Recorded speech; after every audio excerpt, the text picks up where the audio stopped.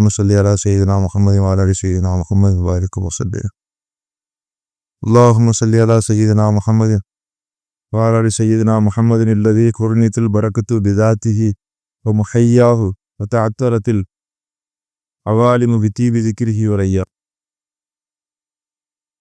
الحمد لله. அல்லாஹ்வுடைய மகத்தான ஃபதுல் ரஹ்மத் அருள் கிருபையினால் சிறப்பு மிகுந்த சஃபர் மாதத்தினுடைய முதலாவது ஜும்மாவிலே அல்லாஹ் ஜல்ல சுப்ஹானஹு வ தஆலா நம்மை எல்லாம் இங்கே ஒன்றுகூட்டி இருக்கின்றான். அந்த வல்ல ரஹ்மானுக்கு எல்லா புகழும் உரித்தாகட்டுமாக. அல்ஹம்துலில்லாஹ் அல்ஹம்துலில்லாஹி ஹம்தன் கசீரன் தய்யிபன் முபாரக்கன் ஃபீ. அன்பான சகோதரர்களே, அல்லாஹ் ஜல்ல சுப்ஹானஹு வ தஆலா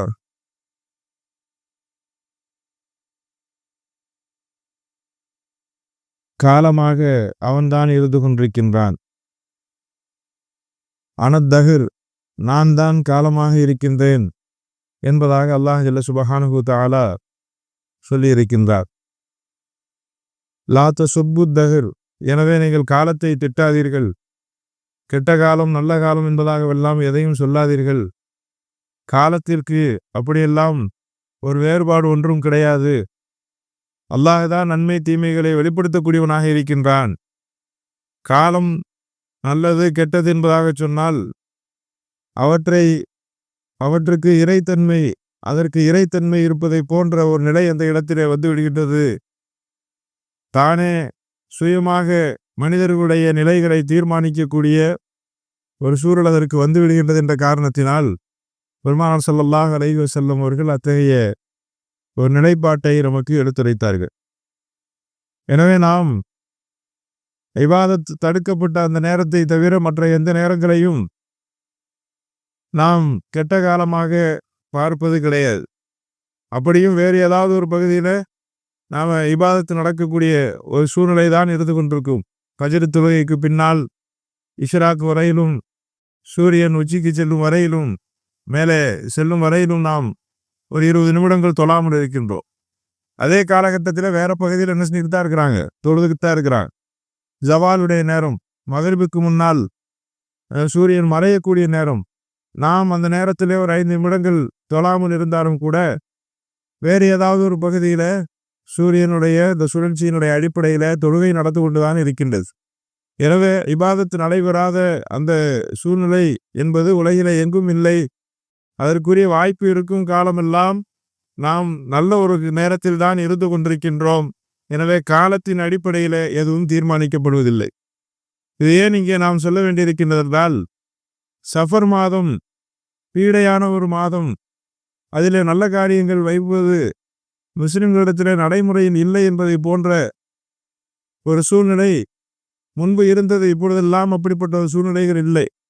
ஏன்னா மக்கள் ரொம்ப ஃபாஸ்ட்டாக எங்கே போயிட்டாங்க, வேறு தமிழ் மாதங்களின் அடிப்படையில் தங்களுடைய வணக்க வழிபாடுகளுடைய அல்லது அவர்களுடைய அந்த சுபகாரியங்களினுடைய நிலைகளை அமைத்து கொள்வதற்கு அவர்கள் பழக்கப்படுத்தப்பட்டு விட்டார்கள். எனவே தீனின் அடிப்படையில் அல்லாஹ் ஜல்ல சுப்ஹானஹு வ தஆலா நமக்கு எப்படிப்பட்ட ஒரு நிலையை அமைத்து கொடுத்திருக்கின்றான் என்றால், ஒவ்வொன்றும் அல்லாஹ்வின் புறத்திலிருந்து நமக்கு கிடைக்கக்கூடியது என்ற அந்த உணர்வோடு நாம் நம்மை பழக்கப்படுத்தி கொள்ளக்கூடியவர்களாக, நம்முடைய செயல்பாடுகளை அமைத்து கொள்ளக்கூடியவர்களாக மாறிவிட வேண்டும். ஷைத்தானின் புறத்திலிருந்து வரக்கூடிய அந்த நடைமுறைகளை நாம் தவிர்த்து கொள்ள வேண்டும். அதற்கான பயிற்சிகளிலே நாம் ஈடுபட வேண்டும். அதுதான் நமக்கு இருக்கக்கூடிய வேறுபாடை தவிர வேறு எந்த வகையான அந்த வேறுபாட்டையும் மார்க்கம் நமக்கு அறிவித்து கொடுக்கவில்லை. அந்த அடிப்படையில் நாம் மிக முக்கியமாக தெரிந்து கொள்ள வேண்டிய ஒரு அடிப்படையான ஒரு அம்சம் என்னவென்றால், அல்லாஹ் ஹய்யுல் கய்யூமாக இருந்து கொண்டிருக்கின்றான். அவன்தான் நமக்கு உயிரை வழங்கியிருக்கின்றான். நம்முடைய வாழ்க்கையை அவன்தான் நிர்ணயிக்கக்கூடியவனாக இருந்து கொண்டிருக்கின்றான். சுயமாக நாம் எதையும் தீர்மானிப்பவர்களாக ஒருபொழுதும் இருக்கவில்லை. அதே போன்று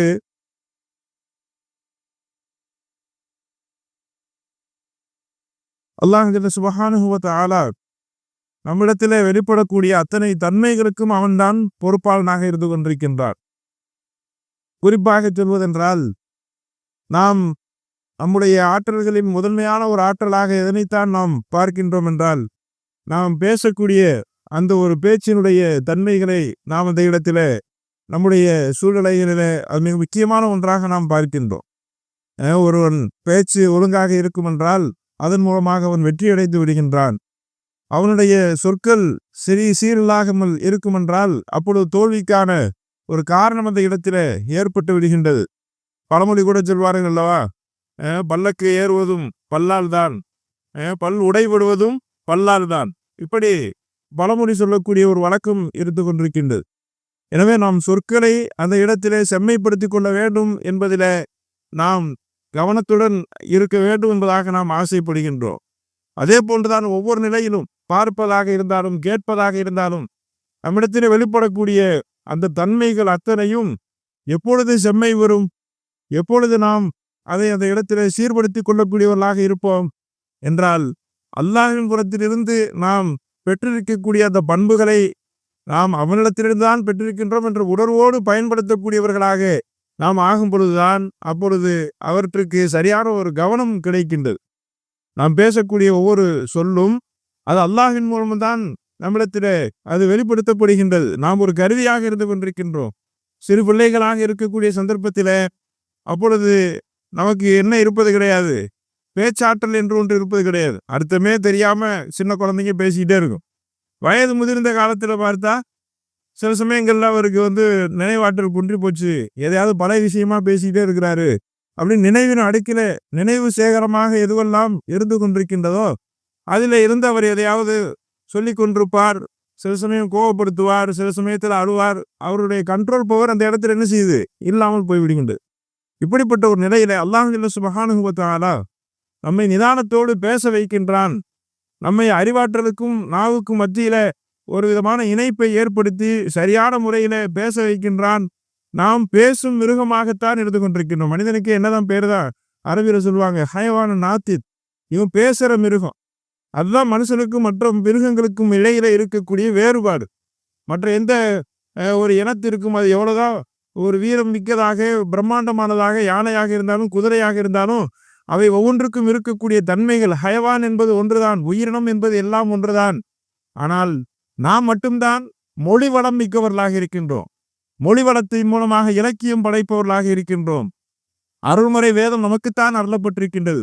பிலிசானின் அரபியின் முபீன், தெளிவான அரபி மொழியிலே வழங்கப்பட்டிருக்கின்ற வேதம் என்பதாக குர்ஆன் தன்னை பற்றி சொல்லுகின்றது. அப்போ நம்முடைய மொழியும் எப்படிப்பட்டதாக இருக்க வேண்டும் என்பதையும் அல்லாஹ் சுப்ஹானஹு வ தஆலா நிர்ணயித்திருக்கின்றான். நம்முடைய அத்தனை நடைமுறைகளும் நம்முடைய மொழியினுடைய தன்மையில தெரிஞ்சு போயிடும். ஒருத்தர் டிப்டாப்பா ட்ரெஸ் போட்டிருப்பார், கோட் சட்டையெல்லாம் போட்டிருப்பார், பார்க்கறதுக்கு ரொம்ப நாகரிகமாக இருக்கிறாரு அப்படின்னு பக்கத்துல போய் நீங்க பேசி பாருங்க, வாயை திறந்தா கூவனார், அந்த அளவுக்கு சாக்கடையான வார்த்தைகள் அவர் பேசுவார். பல பேர் அந்த சமயத்துல பார்க்கலாம். அப்போ அவர் மேல இருக்கக்கூடிய அத்தனை மதிப்புகளுமே ஒன்றுமில்லாமல் போயிடும்.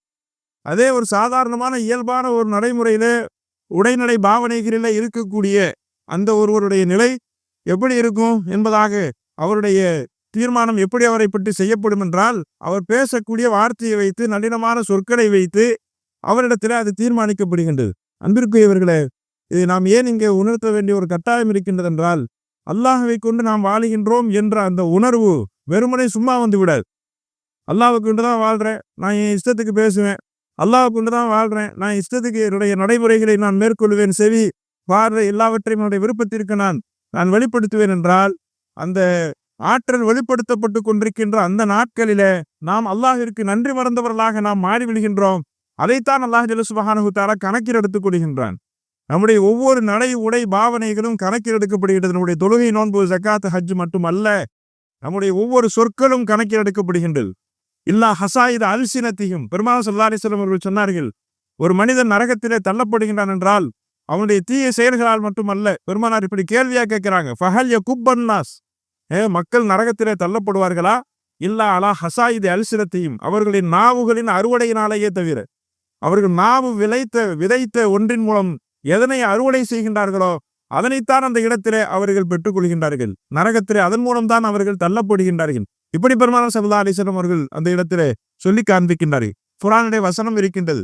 அசாபக்கும் அவர்களுக்கு நன்மை வழங்கப்படும், அவர்களுடைய சொற்களின் மூலமாக அதே சந்தர்ப்பத்தில் அவர்களுக்கு தண்டனையும் வழங்கப்படுவதற்கான காரணம் இருக்கின்றது, அதுவும் சொற்களின் மூலமாக என்பதாக குர்ஆனுடைய வசனங்கள் நமக்கு தெளிவுபடுத்தி காண்பிக்கின்றது. எனவே அன்பிற்குரியவர்களே, இதுல மிகுந்த ஒரு கவனத்தை நாம் ஒவ்வொரு நேரத்திலும் எடுத்துக்கொள்ள வேண்டிய, பயிற்சிக்கு உட்படுத்த வேண்டிய ஒரு கட்டாயத்திலே நாம் இருக்கின்றோம். இதையே சஃபர் மாதத்தோட நம்ம இணைச்சு சொல்றோம் அப்படின்னு சொன்னா, நம்முடைய இந்த காலத்தை பற்றிய இந்த விமர்சனம் கொஞ்சம் கொஞ்சமாக வளர்ந்து வளர்ந்து அவன் பீடையான மனுஷன்பா, அந்த இடம் பீடையானது, அந்த கடை முசீபத்து, இந்த நபர் இப்படிப்பட்டவர், அவன் முன்னாடி வந்தாலே போகக்கூடாது, இப்படிப்பட்ட மூட நம்பிக்கைகளுக்கு மார்க்கத்தில் ஏதாவது இடம் இருக்கின்றதா? பூனை குறுக்கள் வந்தா கூட போகாம இருக்கக்கூடிய பழக்கம் வேறு அந்த சகோதரர்களிடத்தில, கொள்கையுடைய சகோதரிடத்தில் இருக்கின்றது என்றால் அது நம்மிடத்திலும் தொற்றிக் கொள்கின்றது. அதை பார்த்து நாம் பயப்படக்கூடியவர்களாக இருக்கின்றோம். அல்லாஹ்வை தவிர மற்ற அனைத்தும் அல்லாஹ்வினுடைய படைப்புகளாகத்தான் இருந்து கொண்டிருக்கின்றது. அஷியாக்கள் அல்லாஹ் ஒரே வார்த்தையிலே சொல்லுகின்றான், அவை அனைத்தும் என்னுடைய கட்டுப்பாட்டில் தான் இருக்கின்றது. அந்த ஆகிரும் பினாசியத்தி, நீதான் என்னுடைய முன்னேற்றி ரோமத்தை உன்னுடைய கட்டுப்பாட்டிலே வைத்திருக்கின்றாய் என்பதாக அண்ணலம் பெருமானார் ஸல்லல்லாஹு அலைஹி வஸல்லம் அவர்கள் சொல்லுகின்றார்கள்.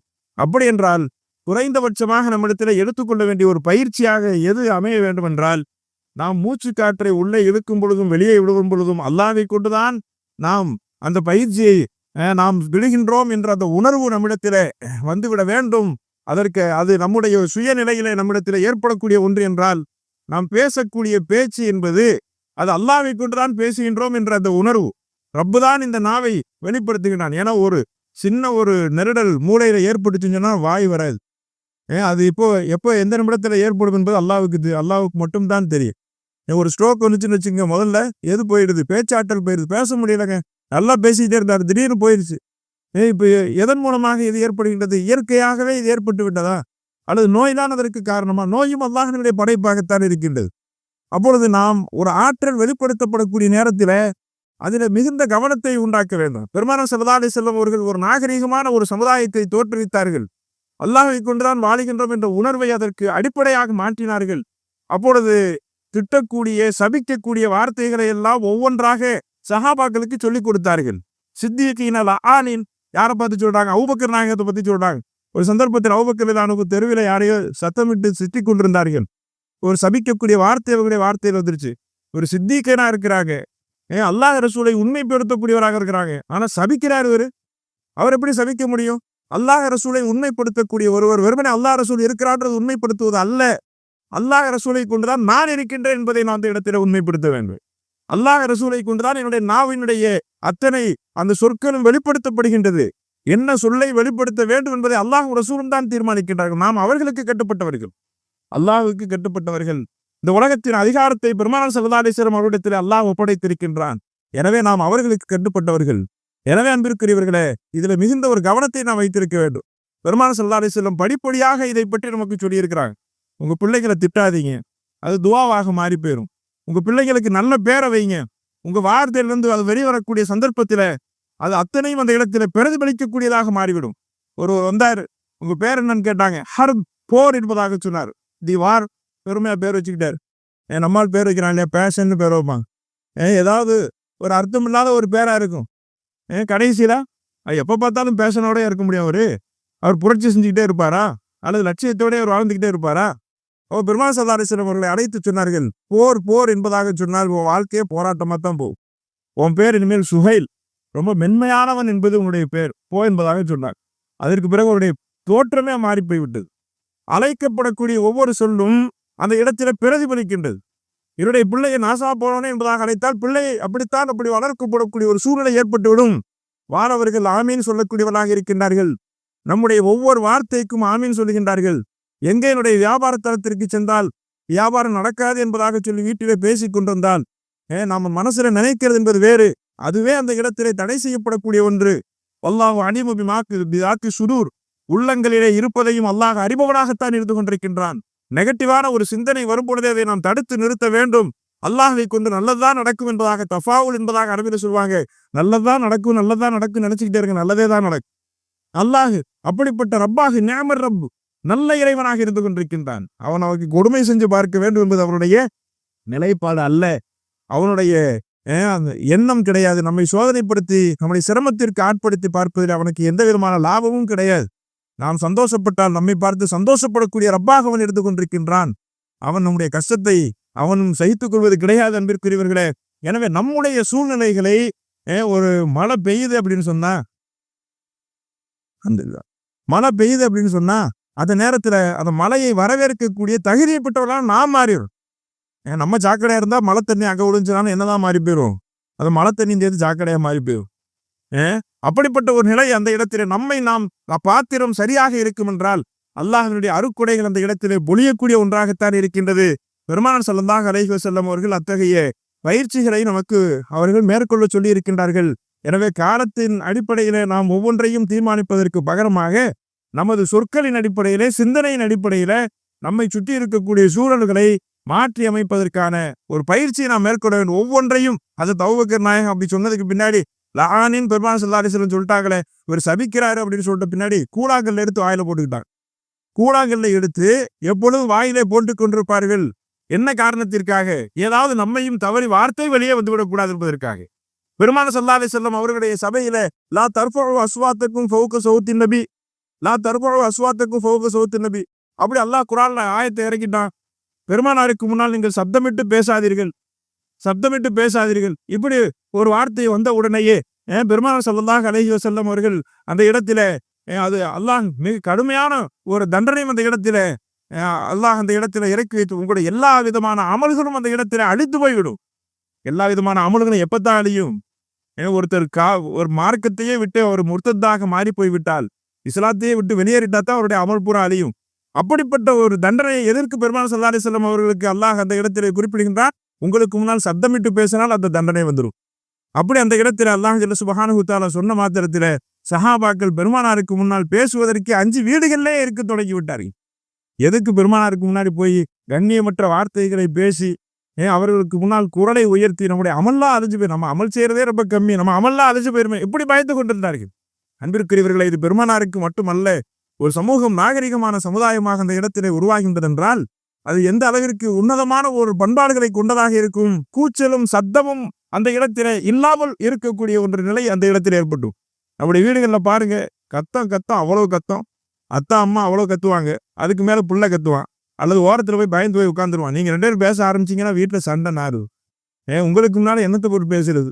புள்ள ஒதுங்கி போய் அந்த இடத்துல உட்காந்துடுறான். அதே சூழல்ல வளரக்கூடிய பிள்ளையும் நிச்சயமாக அதே போன்றுதான் உருவாகக்கூடிய ஆபத்து இருக்கின்றது. நம்முடைய குடும்பங்கள் அப்படி, நம்முடைய மஹல்லாக்கள் அப்படி, நம்முடைய பள்ளிகள் அப்படி. எந்த பண்பாடு நம்மிடத்தில் இருக்கின்றது நாம் யோசித்து பார்க்க வேண்டும். மார்க்கம் என்பதிலே நமக்கும் மற்றவர்களுக்கும் பெரிதாக ஒன்றும் வேறுபாடு கிடையாது. நாமும் இறைவரை வணங்குகின்றோம். அவர்கள் பல தெய்வ கொள்கையை கொண்டிருந்தாலும் கூட அவர்களும் வணங்கத்தான் செய்கின்றார்கள். அவர்களுக்கும் அல்லாஹ் தான் ரிசுக்கை வழங்குகின்றான். நமது மார்க்கத்தில் இருக்கக்கூடிய உயர்தரமான ஒரு நிலைப்பாடு என்பது இன்னமா பொழித்து தம்மிம் மக்காரிமுல் அஹ்லாக், சொற்களிலும் நடைமுறையிலும் அத்தனை சூழ்நிலைகளிலும் பண்பாடுகளை நாம் உன்னதமான பண்பாடுகளை கொண்டவர்களாக நாம் இருக்க வேண்டும். அதனைத்தான் நமக்கு அந்த இடத்துல உணர்த்தி காட்டப்படுகின்றது. அதற்கு அபூ ஹுரைரா ரலியல்லாஹு அன்ஹு அவர்கள் சொல்லி காண்பிக்கின்றார்கள். ஒரு சந்தர்ப்பத்தில் அவருடைய தாயார் அபூ ஹுரைரா என்பதாக கூப்பிட்டார்கள். அம்மா இந்தா வந்துட்டேன் என்பதாக அவர் சொன்னார். அம்மா இந்தா வந்துட்டேன். அம்மாவுடைய குரலை விட அவருடைய குரல் கொஞ்சம் கூட இருந்துச்சு. உடனே அவர்களுக்கு உணர்வு வந்தது, அம்மாவுடைய குரலை விட என்னுடைய குரலை நான் உயர்த்தி விட்டேன், அஸ்தக்ஃபிருல்லாஹ், அல்லாஹ் என்னுடைய பாவங்களை மன்னிக்க வேண்டும், அல்லாஹ் என்னுடைய தாயாரினுடைய அந்த துவாவிற்கு நான் பாத்திரமானவனாக இருக்க வேண்டுமே. இவன் எங்க சொல்றதை கேட்க போறான் என்பதுதான் இப்ப இருக்கக்கூடிய பெற்றோர்களுடைய நிலைப்பாடு. அன்பிற்குரியவர்களே, ஆனால் அபூ ஹுரைரா ரலியல்லாஹு அவர்கள் சொல்லுகின்றார்கள், அந்த ஒரு நிகழ்வுக்கு பிறகு என்னுடைய தாயாரிடத்தில் சென்று நான் மன்னிப்பு கேட்டேன். அம்மா உங்க குரலுக்கு முன்னாடி என் குரலை உயர்த்திட்டேன், அபூ ஹுரைரான்னு கூப்பிட்டீங்க, இந்த வந்துட்டேன்னு சொல்றதுக்காக வேண்டி நான் சொன்ன வார்த்தை உங்களுடைய குரலுடைய டெசிபலை விட என்னுடைய அந்த குரலுடைய டெசிபல் கூடி போச்சு, மன்னிச்சுக்குங்க. பெருமானார் ஸல்லல்லாஹு அலைஹி வஸல்லம் அவர்கள் எனக்கு அப்படித்தான் கற்றுக் கொடுத்திருக்கிறாங்க. அப்படி சொன்ன உடனே அது பெருமானார் ஸல்லல்லாஹு அலைஹி வஸல்லம் அவர்கள் அதற்கு பிறகுதான் அவர்களுக்கு எந்த அளவிற்கு ஒரு பெரிய உயர்தரமான மக்காமை அந்தஸ்தை வழங்குகின்றார்கள். இஸ்லாத்தினுடைய அத்தனை ஹதீசுகளிலும் ஒரு பகுதி யாரால் அறிவிக்கப்பட்டது? அபூ ஹுரைரா அவர்களால் அறிவிக்கப்பட்டது. குர்ஆனும் ஹதீஸும் சும்மா வராது, பண்பாடுகளால் தான் கிடைக்கும். அல்லாஹ்வையும் ரசூலையும் பின்பற்றக்கூடியவராக இருப்பவர்கள் தன்னை முதலிலே அதற்கு தகுதி உடையவர்களாக மாற்றிக்கொள்ள வேண்டும். அன்பிற்குரியவர்களே, இங்கே நாம் வெளித்தோற்றத்தின் அடிப்படையில நாம் தீர்மானிக்கின்றோம். ஆனால் ஒவ்வொரு நிலையிலும் அல்லாஹ் ஜல்ல சுப்ஹானஹு வ தஆலா நாகரிகமான நடைமுறையில இந்த இடத்திலே பார்க்கின்றான். அரபு மொழியில ஒரு சொல் இருக்கின்றது, என்ன தெரியுமா? அதன் பின்னணியிலே ஒரு வரலாறும் இருக்கின்றது. அதை நாம் கேள்விப்படும் பொழுது உண்மையிலேயே மிகுந்த ஆச்சரியம் ஏற்படுகின்றது. நம்முடைய முன்னோர்கள் எப்படிப்பட்டவர்களாக இருந்தாங்க? நம்முடைய முன்னோர்கள்னு சொன்னா நம்ம ஏதோ பெரிய பெரிய கட்டடங்களை கட்டினாங்க, பெரிய பெரிய ஆட்சிகளை நடத்தினாங்க, அப்படித்தான் நினைக்கிறோம். அப்படிப்பட்ட ஒரு வெளியில இருக்கக்கூடிய மாத்தி என்பதாக சொன்னால் வெறுமனே ஒரு பொருளாதாரத்தின் அடிப்படையிலே பொருளாதாரத்தினுடைய விளைவுகளை மட்டுமே அந்த இடத்திலே கொண்டிருக்கக்கூடிய ஒரு தோட்டம் அல்ல. அகரீதியான வேல்யூஸ், அகரீதியான மதிப்பீடுகள், அந்த மதிப்பீடுகளின் அடிப்படையிலே தான் மார்க்கம் உருவாக்கப்பட்டது. அவர்களா பண்பாட்டிலே சிறந்தவர்கள். ஒரு காலத்தில் ஸ்பெயினுக்கு ஆங்கிலேயர்கள் எல்லாம் வந்து கல்வி கற்பதற்கு வந்தார்களாம். எதற்காக? உயர்ந்த பண்பாடுகளும் கல்விகளும் அங்கே முஸ்லிம்களால் கற்றுக் கொடுக்கப்படுகின்றது. இன்னைக்கு நம்ம கொண்டு போய் நம்ம பிள்ளைகளை வேறு சகோதரர்கள் கலாச்சாரத்தை பின்பற்றக்கூடிய சகோதரர்கள் அவங்க ஸ்கூல் தான் ரொம்ப நல்லா இருக்கு, அவங்க ஸ்கூல்ல தான் பண்பாடு டிசிப்ளின் நல்லா இருக்கு. முஸ்லிம்கள்ட்ட இருக்கக்கூடிய நிர்வாகத்தில டிசிப்ளின் இல்லை, அப்படித்தான் நம்ம நினைக்கிறோம்.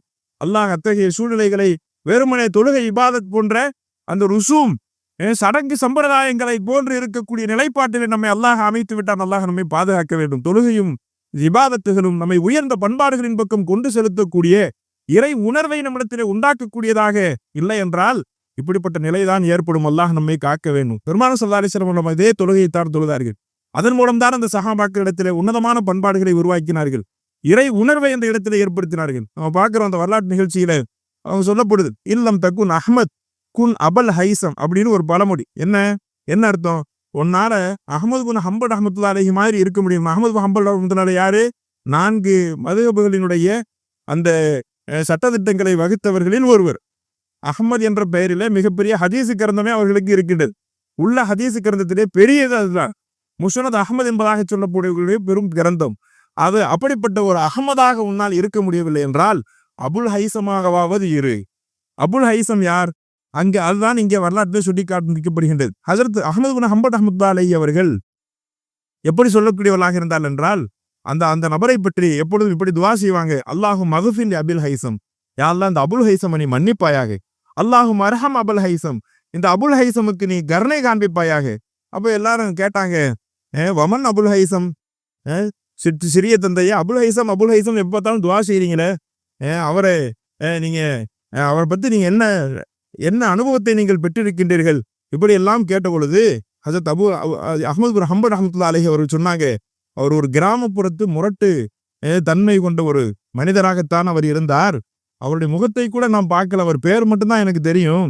ஆனால் ஒரு நாள் மக்கள் என்னை சிறைச்சாலையிலே அடைத்து விட்டார்கள்.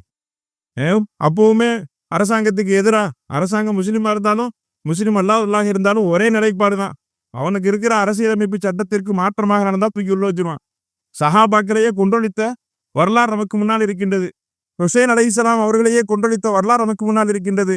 யார் வேற யாராவது செஞ்சாங்க? முஸ்லிம்கள் தான் அந்த இடத்துல நடைமுறைப்படுத்தினார். என்ற அரசியலமைப்பு அவர்களுக்கு இருக்கக்கூடிய அரசாங்கத்தை காப்பாற்றிக் கொள்வதற்கு அதுதான் வழி. அப்படிப்பட்ட ஒரு நிலையில இவ்வளவு பெரிய ஒரு முஹத்திஸ் அவர்களையும் சிறையிலே அடைக்கப்பட்டது. இருட்டு சிறையிலே அடைத்து விட்டார்கள். அப்பொழுது ஒரு மனிதர் என்னை உதைத்தார், அந்த சிறைச்சாலையிலே உதைத்தார்.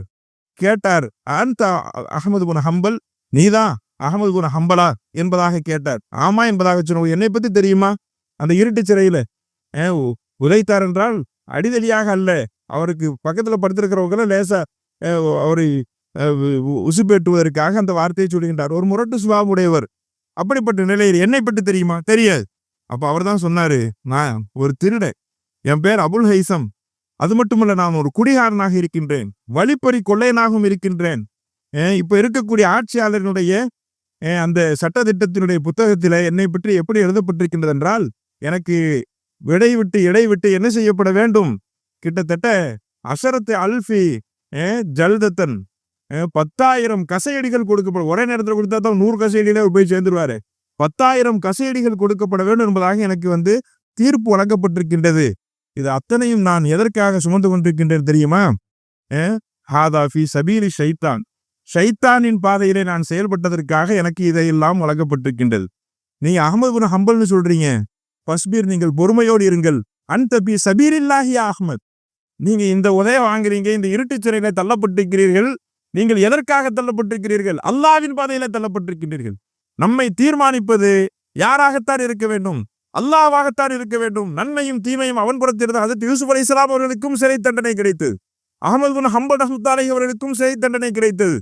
இப்படி மிகப்பெரிய சஹாபிகள், மிகப்பெரிய இமாம்கள், என் நபிமார்கள் சிறை தண்டனை அனுபவிச்சாங்கன்றதுக்காண்டி அவங்க எல்லாருமே அவர்கள் தவறளித்தவர்களாக குற்றவாளிகளாக மாறிவிட முடியுமா? ஒரு பொழுதும் கிடையாது. ஆனால் நம்முடைய வார்த்தைகள் எப்படித்தான் இருக்கும்? அவர் ஜெயிலுக்கு போயிட்டு இருப்பான். அவருக்கு அல்லாஹ் அவரை பார்த்து ஹஜ்ரத் யூசுப் அலைஹிஸ்ஸலாம் பார்த்து சொல்றா, இன்னா நராக்க மினல் முஹ்ஸினீன், நீங்க அப்பொழுதும் நல்லவராகத்தான் இருக்கிறது என்பதாக பட்டியல் கொடுக்குறான். அப்படிப்பட்ட ஒரு நிலையில ஹஜ்ரத் அஹ்மது பின் ஹம்பல் ரஹ்மத்துல்லாஹி அலைஹி அவர்களுக்கு அந்த ஒரு ஆறுதல் வார்த்தை, எவ்வளவோ மார்க்க அறிஞர்கள் அந்த காலகட்டத்திலே வாழ்ந்தார்கள், எவ்வளவோ மனிதர்கள் வாழ்ந்தார்கள், உயர்ந்த மனிதர்கள், மார்க்கத்திலே மேன்மையானவர்கள், செல்வாக்கு மிக்கவர்கள், அவர் சொல்லாத ஒரு வார்த்தையை ஒரு திருடனின் நாவிலிருந்து அல்லாஹ் வெளிப்படுத்துகின்றான். ஃபஸ்பிர், பொறுமையாக இருங்கள் அஹ்மதே, அன்த ஃபீ சபீலில்லாஹி யா அஹ்மத், நீங்க அல்லாஹ்வின் பாதையில நீங்கள் இந்த தண்டனை நீங்கள் அனுபவித்துக் கொண்டிருக்கின்றீர்கள்.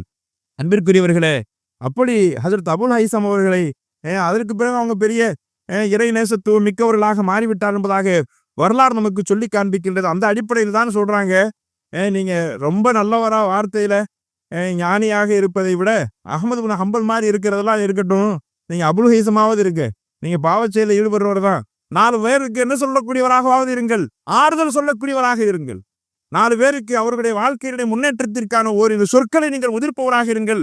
அது உங்களுடைய தரஜாவை, அந்தஸ்தை உயர்த்திவிடக்கூடியதாக மாறிவிடுகின்றது. எனவே அன்பிற்குரியவர்களே, நாம் எவ்வளவு இபாதத் வணக்க வழிபாடுகளில் ஈடுபடுகின்றோம், எவ்வளவு நற்செயல்களில் ஈடுபடுகின்றோம் என்பதை விட மிக முக்கியமான ஒன்று, நாம் என்ன பேசுகின்றோம், நாம் யாரை கொண்டு பேசுகின்றோம் என்ற உணர்வோடு நாம் இருக்கின்றோமா என்பது அந்த இடத்திலே முக்கியமான ஒன்றாக இருக்கின்றது. நம்முடைய சொற்களால் ஒரே ஒருத்தர் உன்னதமானவராக மாறி போய்விட்டால் அப்பொழுது அது அந்த இடத்துல அவருடைய வாழ்க்கையில நினைத்து நினைத்து அவர் நல்ல சொன்னாருப்பா, அவர் என்னுடைய வாழ்க்கையில மிக ஒரு நெருக்கடியான ஒரு காலகட்டத்துல நிறைய பேர் நம்முடைய பட்டியலில் இருப்பாங்க, அவன் சொன்னான்ப்பா, அந்த ஒரு சொல்லாலதான் என்னுடைய வாழ்க்கையே தலைகீழா மாறி போச்சு என்பதாக சொல்லக்கூடிய பட்டியல் ஒன்று இருக்கும். ஆனால் ஏதோ ஒருவருடைய ஆறுதலான ஒரு வார்த்தை, ஊக்கமான ஒரு வார்த்தை நம்முடைய வாழ்க்கையை முன்னேற்றுவதற்கு காரணமாக அமையும். அந்த சொல்லை உதிர்ப்பவர்களாக நாம் இருக்க வேண்டும். அப்பொழுது நிச்சயமாக அல்லாஹ் ஜல்ல சுப்ஹானஹு வ தஆலா அவருடைய எல்லா விதமான நன்மைகளுடைய பட்டியலில் நம்மையும் இணைத்துக் கொள்வான். அதற்கான ஒரு பயிற்சி நாம் வழங்க வேண்டும். நம்ம பிள்ளைகிட்ட பேசுறதுக்கு முன்னாடி கொஞ்சம் நிதானிக்க.